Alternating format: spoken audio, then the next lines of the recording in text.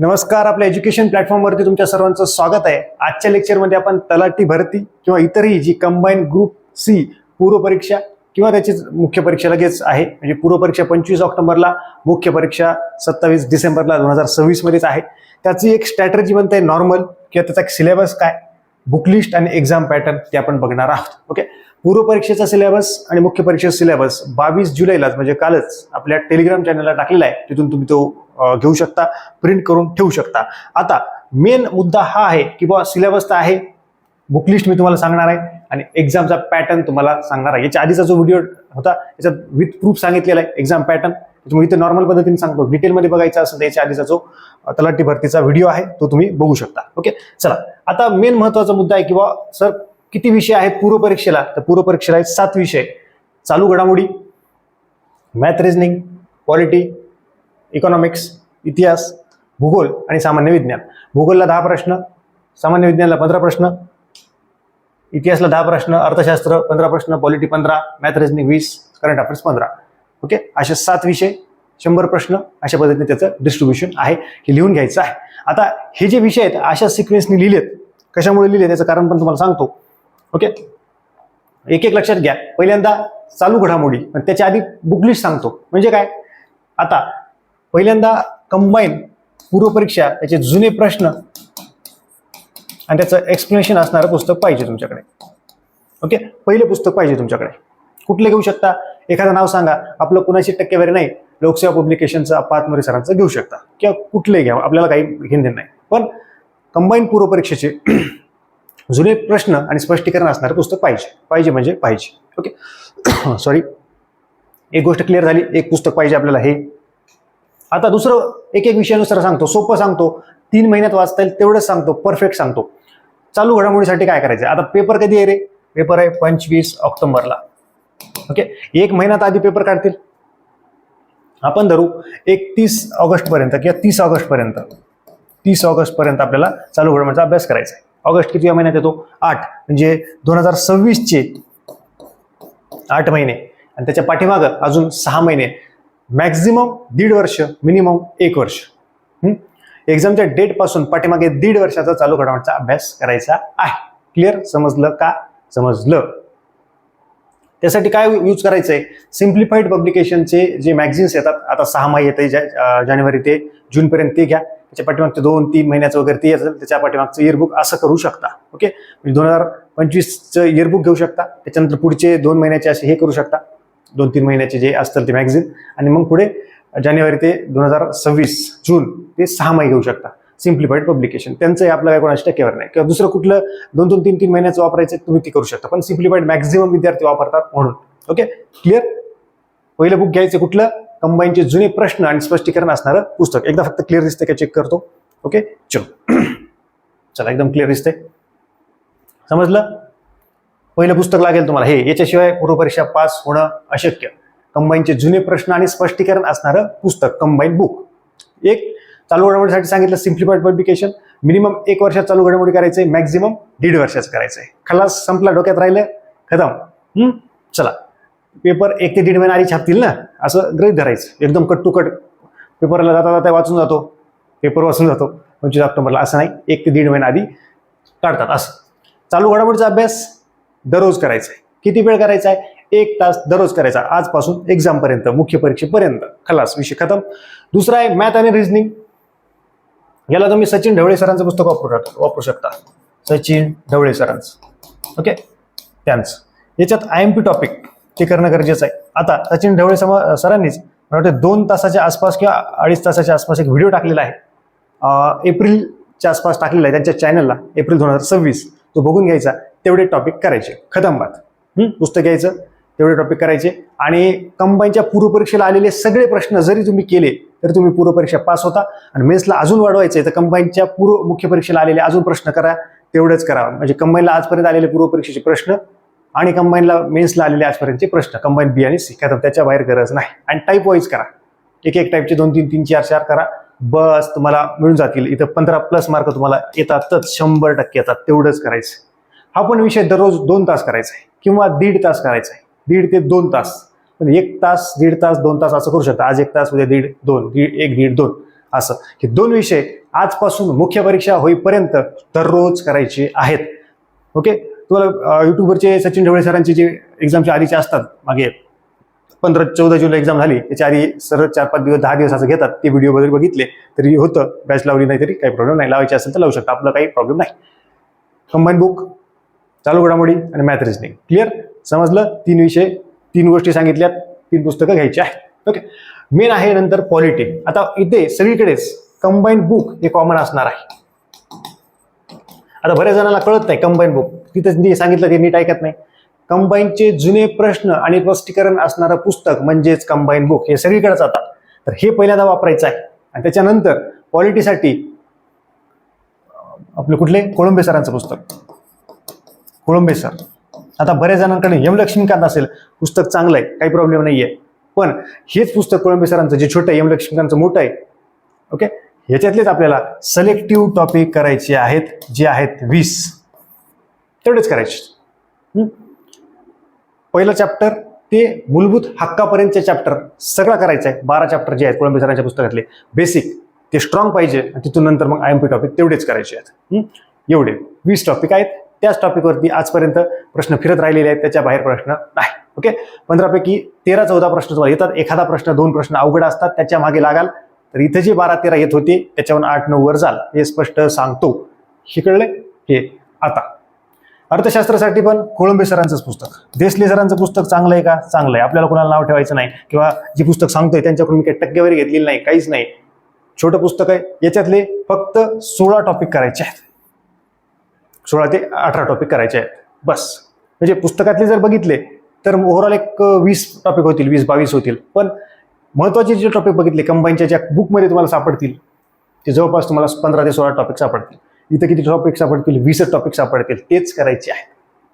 हे चुकतं विद्यार्थ्यांचं, की पुस्तक घेतात, आता घेतलं इकॉनॉमिक्सचं पुस्तक पहिल्या पानापासून शेवटपर्यंत, आयुष्यभर जरी केलं पूर्वपरीक्षा पास होऊ शकत नाही कुठलीच. इथं पण तसंच. ओके, घेतलं सगळं, मॅथ रिजनिंग तसंच घेतलं सगळं काय फायदा आहे? IMP टॉपिक आजपर्यंत विचारलेल्या कुठल्या टॉपिकवरती आहे लिस्ट. इथं सचिन ढवळे सरांनी 2 तासात व्हिडिओ सांगितलंय, ती व्हिडिओ बघा आणि काम होऊन जाईल तुमचं. क्लिअर? चलो, एप्रिलमध्ये टाकलेला आहे. अर्थशास्त्राचं संपलं. इतिहासासाठी 11वीचं ओल्ड स्टेट बोर्ड पहिल्यांदा, एवढं परफेक्ट महाराष्ट्राचा इतिहासासाठी. ओके, त्याच्यानंतर आता याच्यासाठी इतिहासला 10 प्रश्न आहेत. कंबाईन बुकच जास्त यूज करायचे 2 नंबरला आपल्याला. ओके, आणि भारताच्या संबंधित किंवा महाराष्ट्राच्या संबंधित जे इतर स्टेट बोर्ड आहेत, इतर स्टेट बोर्ड आपण बघून समजा 7वी, 8वी, 9वी, 10वी, 11वी, नवीन, त्याच्यातले फक्त महाराष्ट्राच्या संबंधित आणि भारताच्या संबंधित आधुनिक भारताचा इतिहास तेवढेच करायचे. प्राचीन आणि मध्ययुगीनचे टॉपिक बघायची नाही. मी आपली जी बॅच आहे दाखवतो, गुलाल बॅच, त्याच्यात मी सांगितलेलं आहे पूर्णपणे, याच्यात ही दाखवून दिलेलं आहे किंवा दिलेलंच आहे याच्यात, ही गुलाल बॅच. त्याचे व्हिडिओ टाकलेत मी इतिहासचे, की याच्यातले एवढे टॉपिक करा, इतिहासचे एवढं करा, या पद्धतीने करा, भूगोलचे एवढे करा, बस सफिशियंट आहे, तेवढंच, जास्त नाहीये. ओके, ही बॅच तुम्ही जॉईन करू शकता. To the point teaching, personal mentorship आणि फुल अँड टेस्ट सिरीज याच्यात उपलब्ध आहे. क्लिअर? तर म्हणजे इतिहासला जास्त करू नका, कंबाईन बुक वापरा. म्हणजे कंबाईनला जवळपास आता महाराष्ट्राच्या याला जवळपास 15 ते 16 टॉपिक आहेत आणि एक 20 ते 25 टॉपिक समथिंग, 25 एक समथिंग भारताच्या संबंधित आहेत. तेवढे म्हणजे कंबाईनचे जुने प्रश्न एक्सप्लेनेशन तेवढं. 11वीचं हे स्टेट बोर्ड जुनं, जे आपल्या टेलिग्राम चॅनल उपलब्ध आहे. आणि इतर स्टेट बोर्ड ते फक्त महाराष्ट्राच्या आणि भारताच्या इतिहासाच्या संबंधित, प्राचीन आणि मध्ययुगीन नाही. नीट बायका, मी जे बोलतोय ते खूप जबरदस्त बोलतोय, भारी सांगतोय, तुम्ही चुकू नका, याच्यात अडकू नका. मी तुम्हाला पुस्तकात नाव सांगू शकतो. समाधान महाजन सरांचं पुस्तक आहे, काटाळ सरांचा महाराष्ट्राच्या इतिहासाला आहे, भारतासाठी समाधान महाजन सरांचं पुस्तक आहे. पण ते पुस्तक वाचून तुमचं सगळं 3 महिने निघूनच जातील. त्याच्यामुळे ते सध्या घेऊच नका. तुम्ही जर नवीन असाल तर ते वाचूच नका सध्या. मी जेवढं सांगतोय की तुम्हाला स्टेट बोर्ड 11वीचं जुनं आणि जे इथं नवीन स्टेट बोर्ड आहे त्याच्यातले फक्त चॅप्टर्स करायचे आहेत. प्राचीन आणि मध्ययुगीन वगळा, बाकीचे सगळे चॅप्टर करू शकता, काही प्रॉब्लेम नाही. कळलं का? आणि कंबाईन बुकचा हे वापर करू शकता. इथे तिन्ही कंबाईन बुकचा वापर करायचाच आहे. जर तुम्ही इतिहासला कुठले, आता काटाळ सरांचा असेल, कटारे सरांचा असेल किंवा समाधान महाजन सरांचं पुस्तक घ्याल, काय पुस्तक चांगलंच आहे, वेळ कमी आहे, ही गोष्ट लक्षात ठेवा. आणि प्रश्न 10 आहेत आणि ते जरी 4-4 जरी पुस्तकं वापरले का इतिहासच्या वेळेला, तरी मार्क तेवढे येत नाहीत ॲज कम्पेअर्ड टू बाकी. जर एक पुस्तक वापरूनच यायलेत.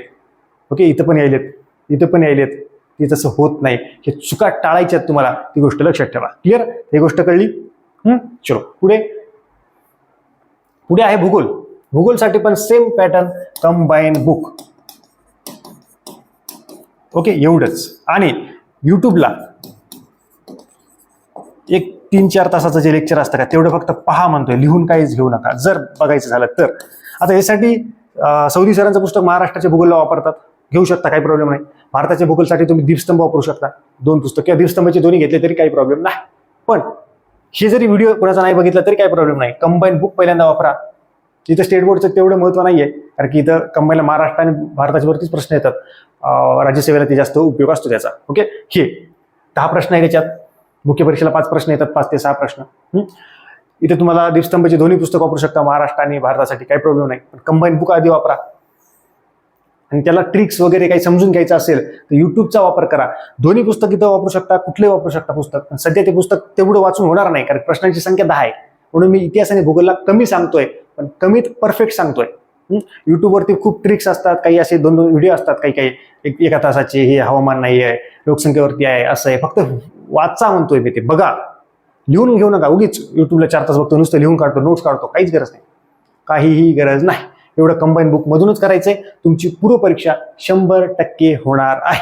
क्लिअर? ही गोष्ट कळली आहे तुम्हाला? त्याच्यामुळे युट्यूबचा वापर कमी, पण त्या वेळेस आपल्याला करायचा आहे. बाकी त्या कंबाईन बुक मधून आपलं नकाशा वाचन वगैरे नॉर्मल जे प्रश्नानुसार तुम्ही करू शकता. मी 2 विषयाला पुस्तकं वाचू नका सांगतोय, कंबाईन बुकच वापरा असं सांगतोय, कारण की तिथे तुमचा जास्त वेळ जाणार आहे आणि तेवढा आउटपुट मिळणार नाही.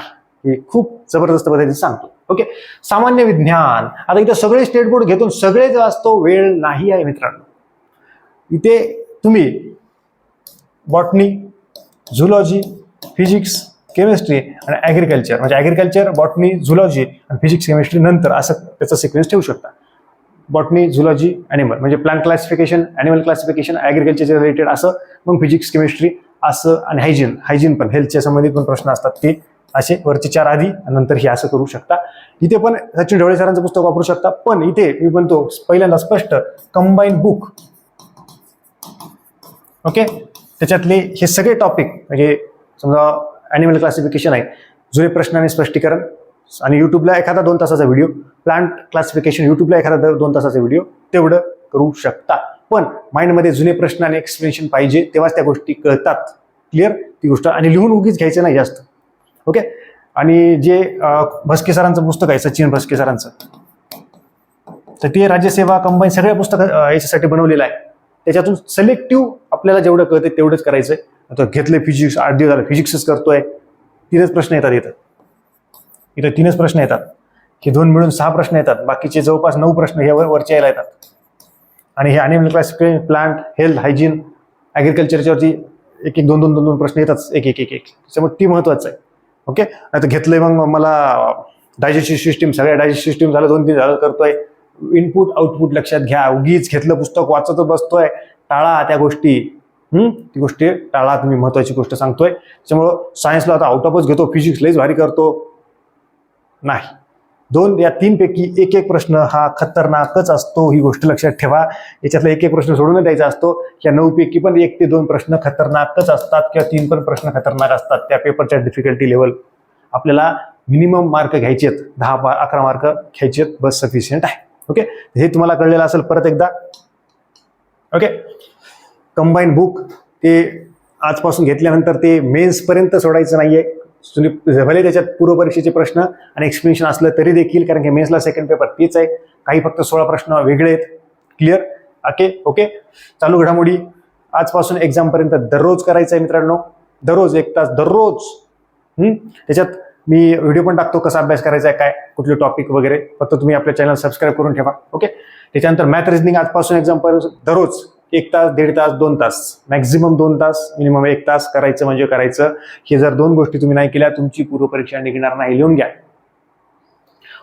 पॉलिटिसाठी किंवा अर्थशास्त्र किंवा इतिहास यासाठी आता कोळंबे सरांचं पुस्तक सांगितलंय, पण पहिल्यांदा कंबाईन बुक वापरावं लागेल. पण कंबाईन बुकमधून तुम्हाला त्या गोष्टी, फॅक्ट्स तिथे जास्त आहेत, कन्सेप्ट डायरेक्ट नाहीये. पुस्तकातून कन्सेप्ट क्लिअर करून घ्यायची, कंबाईन बुकमधून रिव्हिजन करायचं. उगीच मोकार आता 3 महिन्यात नोट्स काढतो, लय भारी लाल पेन, हिरवी पेन असले धंदे करू नका, वेळ वाचवा. क्लिअर, ती गोष्ट लक्षात ठेवा. सिलेक्टिव्हचे 20 टॉपिक आहेत तेवढेच करा. चलो, कोणा मित्रांचं पुस्तक वापरू शकता अर्थशास्त्राला. आता इथं तुम्ही एम लक्ष्मीकांत वापरू शकता. माझं काही 80% नाही, काय दुश्मनी नाही किंवा सांगत नाही, वेळ कमी आहे म्हणून सांगतोय. ओके, एखाद्याला घ्यायचंय घ्यावं, आपलं काही म्हणणं नाही. चांगलं सांगतोय, लोक चांगलं सांगितल्यावर म्हणतात काहीतरी असेल म्हणतात, मग ते तू तुझं घे, तू तुझ्या कर्माची भोग. मी तुला सांगतोय पुढे जाऊन खड्ड्यात पडशील, नाही याचा काहीतरी असेल, हे सरकारचाच माणूस असेल, विरोधी पक्षातला असेल, रस्त्यात खड्डेत नाहीत असं म्हणशील तर मग तू पडशील ना. ओके, चांगलं सांगतोय ना तर ऐकायचं चांगलं सांगितलेलं. ओके, समोरचा निस्वार्थपणे एखादी गोष्ट सांगतोय तर उगीच तुझा काहीतरी स्वार्थ असेल म्हणून त्याच्यावरती ब्लेम नाही करायचं. तळमळीने सांगतोय की माझी नाहीये ती गोष्ट, नाहीये चांगली, ऐका. नाही तुम्हाला समजत तर काय करणार, समोरचा हताश होऊन जातो. ओके, ही एक महत्वाची गोष्ट आहे. त्याच्यानंतर इतिहासला पुस्तक वापरू नका सांगितलंय, स्टेट बोर्ड वापरा आणि कंबाईन बुक वापरा. तेवढंच पुस्तकं आहेत चांगली, पण तेवढा वेळ नाही तुमच्याकडे. वाचलात, इनपुट द्याल तर आउटपुट तेवढ्या वेळेत निघणार नाही. ओके, चलो पुढे आहे भूगोलसाठी पण सेम सांगितलंय, कंबाईन बुकच वापरा. आणि युट्यूबची काही प्रमाणात, मोजक्या प्रमाणात, नाही तर मोकार नुसतं दिवसभर युट्यूबच बघायले असं हे करतात विद्यार्थी की नुसते भूगोलचे व्हिडिओज बघालो, हे बघितलं लय भारी, हे बघितलं लय भारी. मिनिमम किंवा पुस्तक घ्या मग, आणि जिथं गरज लागली तिथून कन्सेप्ट क्लिअर करून घ्या. युट्यूबचा वानकडच कट करून टाका मग. ओके, असे बघितलेत मी, इतिहासला यायला नुसते व्हिडिओ बघत राहतात, 8-8 तास नुसते व्हिडिओज बघत राहते. हे अरे बघून होत नसतं मित्रांनो. काही 2-3 तास बघितले, एखादा 2 तास बघितले तरच ठीक आहे. नुसते फक्त व्हिडिओज बघतो आणि पास होतच नसते. पास करावं लागतं, स्वतः वाचावं लागतंय, प्रश्नाचं अनालिसिस करावं लागतंय, व्हिडिओ बघावं लागतात, पण मोजके बघावं लागतात, मिनिमम बघावं लागतात. ओके, दिवसभर फक्त 12-12 तास व्हिडिओज बघतो, म्हणजे सगळे लक्षात राहील, काही वांगर लक्षात राहत नाही. किंवा रिझल्ट येईल किंवा परीक्षा झाला, पेपर देशील, त्या दिवशी कळलं सरांनी सांगितलं होतं ते बरोबर होतं, आपण हलक्यात घेतलं. ओके, सामान्य विज्ञानाला सांगितलंय मिनिमम करा, टॉपिक फोकस करा, की animal classification, plant classification, perfect agriculture, hygiene. Physics केमिस्ट्रीमध्ये जे सोपे टॉपिक आहे, साऊंड आहे, लाईट आहे, त्याच्यावरती नेहमी प्रश्न असतो. तुम्हाला जमलं पाहिजे, ते कळलं पाहिजे. ओके, ती गोष्ट लक्षात ठेवायची आहे. त्याच्यामुळं, आणि आता तुमच्याकडे माझा व्हॉट्सअप क्रमांक, म्हणजे तुम्हाला माझ्या व्हॉट्सअपचे स्टेटस दिसत नसतील तर 94 21 44 24 36 या व्हॉट्सअप क्रमांकावरती तुमचं पूर्ण नाव, ओके, तुमचा जिल्हा, तुमच्या डिग्रीचं नाव आणि 65 वर्ष पाठवा. ओके, डिग्रीचं नाव आणि 65 वर्ष. तुम्हाला माझ्या व्हॉट्सअपचे स्टेटस दिसतील. तुमचे जे काही प्रश्न असतील तुम्ही मला व्हॉट्सअपला मेसेज करू शकता, कॉलिंग टाईम घेऊन कॉल करू शकता. ओके, एखाद्या वेळेस कॉल नाही रिसीव्ह केला तर व्हॉट्सअपला मेसेज करत चला. भरपूर जण सर कॉल केला तर उचललात नाही, आता एवढे मोठे कॉल येतात, राहून गेला असेल, व्हॉट्सअपला मेसेज कर ना, रिप्लाय तर देतून तिथे काही प्रॉब्लेम नाही. ओके, आणि आज जर कॉलिंग टाईम नाही झाला रिसीव्ह, उद्या परत घ्यायचा, उद्या परत कॉल करायचा. तुमचं काम होणं महत्त्वाचं. मी आधी ऑलरेडी बोललोय, पण ते काही जण असतात हौशे की सर तुम्हाला खूप वेळा कॉल लावला, बघितलं तर एकच कॉल आला त्याचा महिन्याखाली, त्यानं परत लावला पण नाही, व्हॉट्सअपला मेसेज केला नाही, अशा असतात काही जण. ठीक आहे, त्याच्याबद्दल आपली काही नाराजी नाही, व्हॉट्सअपला मेसेज करा, काही प्रॉब्लेम नाही. ओके, परत एकदा सांगतोय हे, आणि एक्झाम पॅटर्न जे सांगितलंय पूर्व परीक्षा मुख्य परीक्षेचे मागच्या व्हिडिओ सांगितलंय, त्याच्यामुळे ते मागचा जो व्हिडिओ त्याच्यात बघून घ्या. परत रिपीट करण्यात काही फायदा नाही, तुमचाही वेळ जाईल. किंवा पूर्व परीक्षेला कुठल्याला किती प्रश्न आहेत ते इथे सांगितलंय, मुख्य परीक्षेला कसं आहे किती ते पण सांगितलंय, सिलेबस दाखवलेला आहे. आणि 22 जुलैला मागच्या कालच आपल्या टेलिग्राम चॅनलला सिलेबस आहे. तुमचे जे काही प्रश्न असतील ते कमेंट सेक्शनमध्ये कमेंट करा. आणि अशा जबरदस्त लेक्चर्स पुढच्या लेक्चरमध्ये भेटूयात. पण तोपर्यंत हा व्हिडिओ जास्तीत जास्त जणांपर्यंत शेअर करायला विसरू नका. भेटूयात पुढच्या व्हिडिओमध्ये. तोपर्यंत धन्यवाद.